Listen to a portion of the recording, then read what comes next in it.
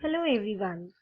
I warmly welcome you once again on behalf of IACT to the next module of IFRS. Today we will cover another topic, which is impairment of assets.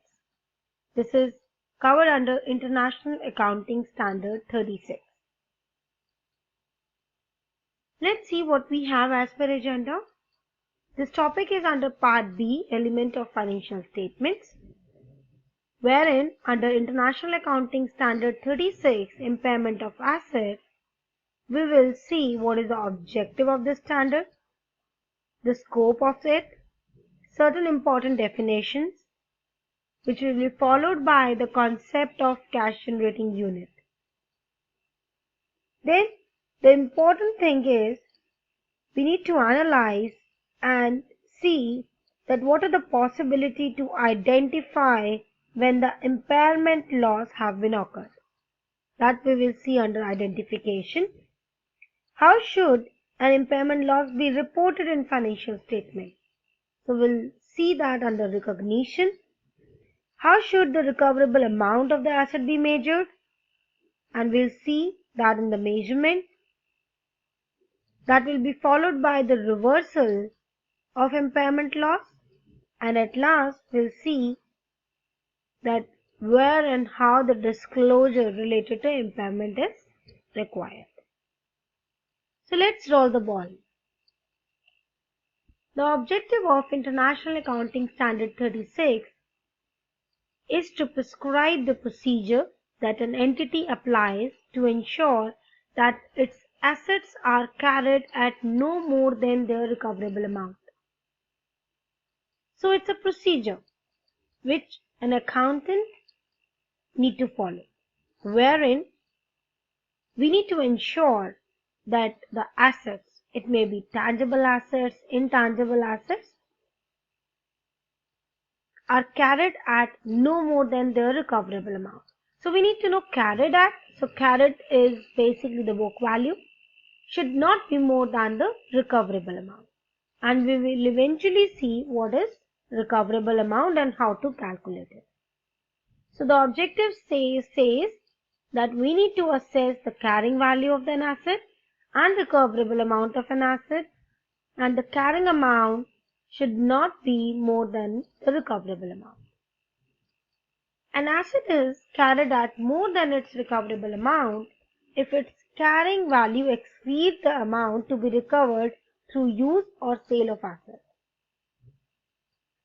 So herein they want to mention that an asset when to consider is more than recoverable amount is if its value is more than the amount which we can recover by use, which is basically the value in use, or the sale of the asset. So what is the fair value of the asset? So if the book value is more than either the fair value in the market or the value in use, then that's actually the situation of impairment loss. In this, if this is the case, an asset is described as impaired, and the standard requires an entity to recognize an impairment loss. So I would like to highlight that whenever we read an objective of any standard, it's basically the summarize, or we can say unbrief, the whole concept of that particular standard. So the target is to build the understanding of this standard. Let's move to the scope now. So this standard applies to all assets. I just told you that either tangible assets or intangible assets. However, there are certain exceptions to it. One is inventory, which is covered under International Accounting Standard 2. And we all know, guys, that inventory is a very simple topic and is always recognized at the cost or the net realizable value, whichever is less.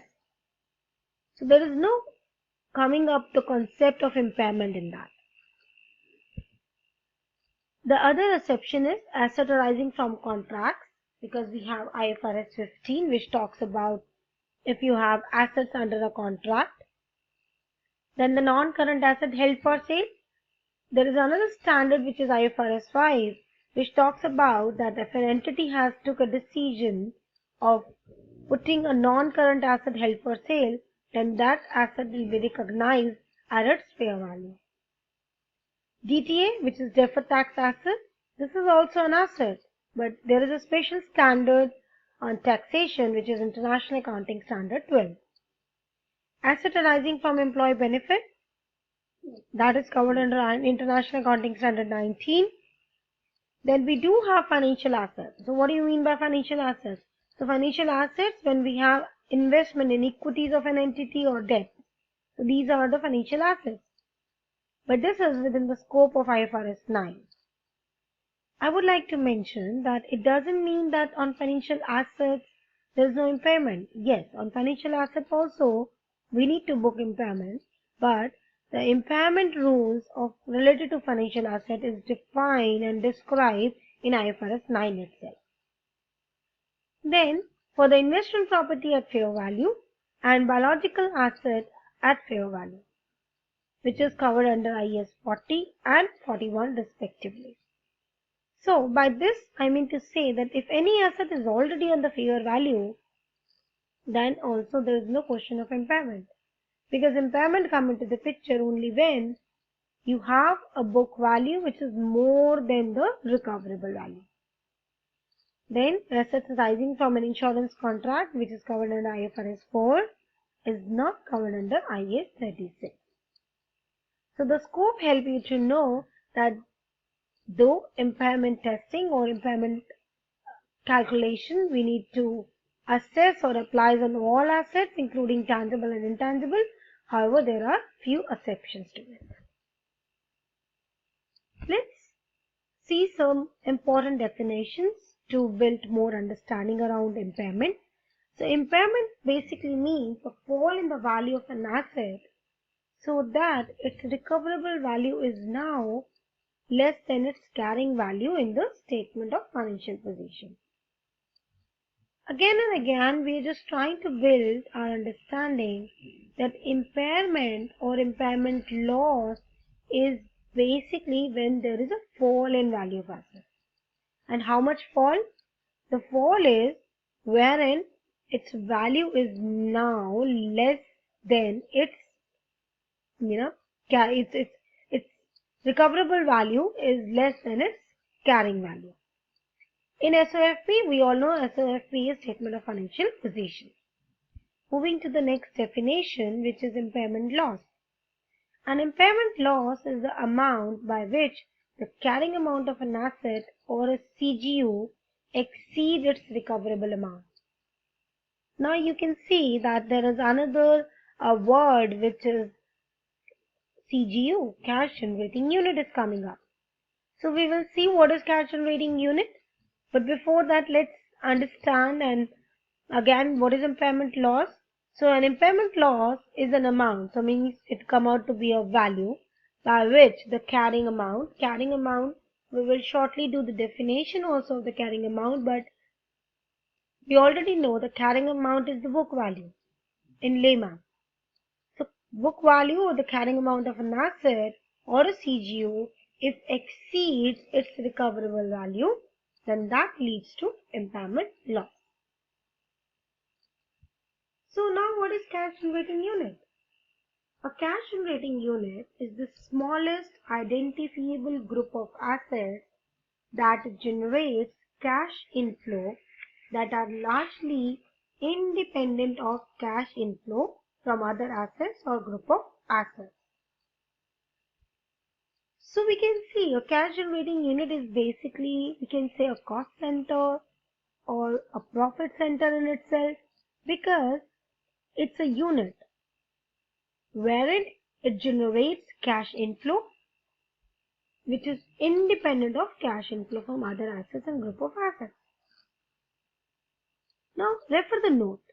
Note says that when it is not possible to calculate the recoverable amount of a single asset for impairment testing, then measure the same as for its CGU.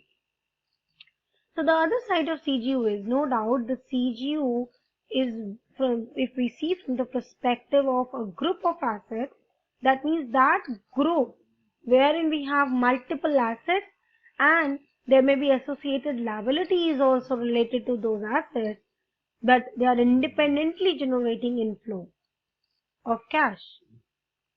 However, from the other perspective, we see it means that any individual asset in that cash generating unit may not be able to give the recoverable value analysis, or you can say it's not itself have a commercial value.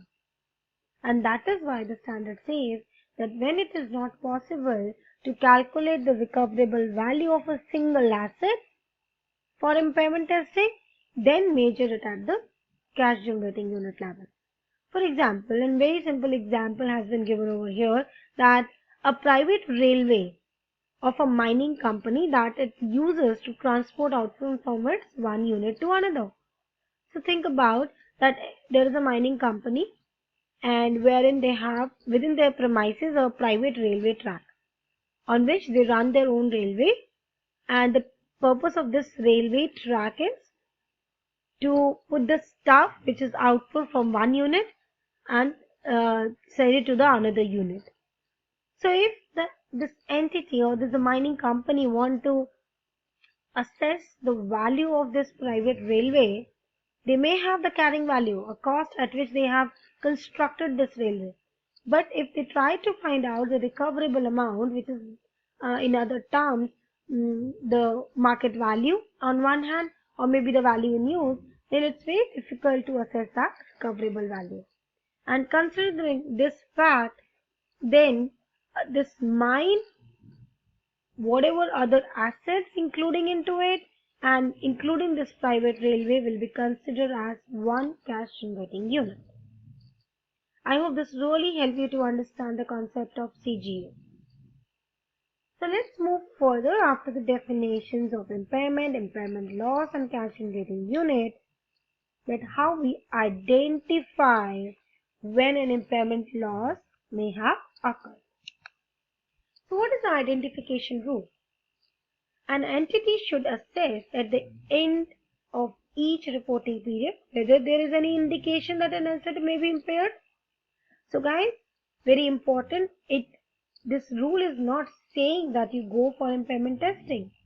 This rule is saying that at every reporting period, just see if there is any indication to the assets may be impaired. And many a times people really get confused that do we need to do impairment every year? No, that's not the case. Impairment period is not defined that you need to do every year for every asset. It's just saying that if there is any indication of impairment, then only go for the impairment testing. So if any such indication exists, then entity shall estimate the recoverable amount of the asset, and if that recoverable amount is less than the carrying amount, then they need to book the impairment loss. So the indication which I'm talking about of impairment loss can be from external or internal sources of information. So we see what are the external sources and what are the internal sources of information, which help us to know, yes, these are the indications of impairment, and accordingly the entity may need to go for impairment testing. So what are the indications of impairment? If you refer the external sources, like first, very simple, the decline in the market value of the assets. You have certain observations that in market, the asset you hold in your entity, the market value has declined. Many a times, the significant changes such as the technology, market economic and legal environment also lead to impairment or the indication of impairment. So technology obsolescence is one of the best examples. Now, increase in interest rate. How to understand this increase in interest rate leads to indication of impairment? So for example, if there is increase in interest rate, the market rate of return or the market interest is 12%, and your business rate of return is 10%. So it means your business is not running well. Or on the other hand, it is one of the indication of impairment. Another source of external information is when the carrying value is greater than the market capitalization. So to understand this carrying value, when it is greater than the market capitalization, for example, the carrying value in your books of an asset is 100, on which the return, I can say the economic benefit you are arising out of it is 10%. So it is 10 rupees. On the other hand, in the market, one is getting 12.5 rupees as against the investment of 100 rupees. So, in this case, if you can see that your asset is giving only 10% to you on the investment of 100 rupees as compared to 12.5 in the market. So, it means the carrying value of your asset, which is 100, is higher than the market capitalization because market capitalization come out to be only 80. So this is how it is defined as that your capital is overcapitalized, and that is why it is one of the external reason of that your asset may be need test for impairment. Certain internal sources is obsolescence or physical damage. Significant changes such as assets becoming idle or maybe discontinuing, some restructuring is happened and which is leading to deterioration or maybe leading to decrease in the value of your assets. Reassessing the useful life of an asset as finite rather than infinite. So when we do intangible assets, you will get more understanding about finite and infinite life. But here I would like to mention that reassess, if there is a reassessment has been done, then asset which value is indefinite or maybe last long, but you have realized now it to be finite, then it is an indication of impairment. So let's take an example. Recently the Maggi brand being an intangible asset having an indefinite life. The people were so habitual of having that Maggi, not even nationally but internationally. But what happened? Because of the deterioration in the name or the fame of the Maggi or the Nestle company feel like the indefinite life of the asset has been converted to the definite life. So this is an indication of some internal sources. Then internal reporting evidences. Investment or dividend amount in the separate financial statement is greater than consolidated financial statement. So this is another very important indication that if the investment, for example, you have an investment in shares of a company and that the consolidation in separate financial statement, you show it as an investment, right? So this investment, for example, is as $100. Now at the time of consolidation, we generally, for example, if applying the equity method. So equity method says that what is the net value or the net profit of the company, or maybe I should say that instead of just having the equity investment, you have one of the subsidiary. So if your subsidiary, maybe if it is 100% subsidiary of yours, that the value of the subsidiary has been decreased. So at the time of consolidation, whatever the investment you have in that subsidiary, that value may decrease if the subsidiary is incurring losses. So this is an internal source of indication that the impairment testing is required. This is, guys, I should mention that really not an easy slide to understand. As a professional, it's very important that we understand that these are the sources or on the other hand the indications of impairment. Only if those indications are present, then only we go for impairment testing. Before we move further, I would like to highlight that there is an exception to identification rule. And what do you mean by the exception to identification rule? Because identification rule says that you need to see if there is an indication of impairment, then only you go for the test of impairment. However, Here, the exception says that irrespective of whether even if there is no indication or whether there is an indication of impairment, an entity should test for impairment. And what it is? Should test for impairment an intangible asset with an indefinite useful life and goodwill acquired in a business combination. So, let's take an example of an intangible asset with indefinite useful life. For example, we are in an entity and we bought a magazine title. The magazine title is an intangible asset with us, but we have not yet started publishing any information through that magazine because of certain legal requirements. Like you can say we need to get the license from Ministry of Information and Broadcasting, and that's why we have not yet started using that intangible asset, which is the magazine title. So the intangible asset is not in use and it has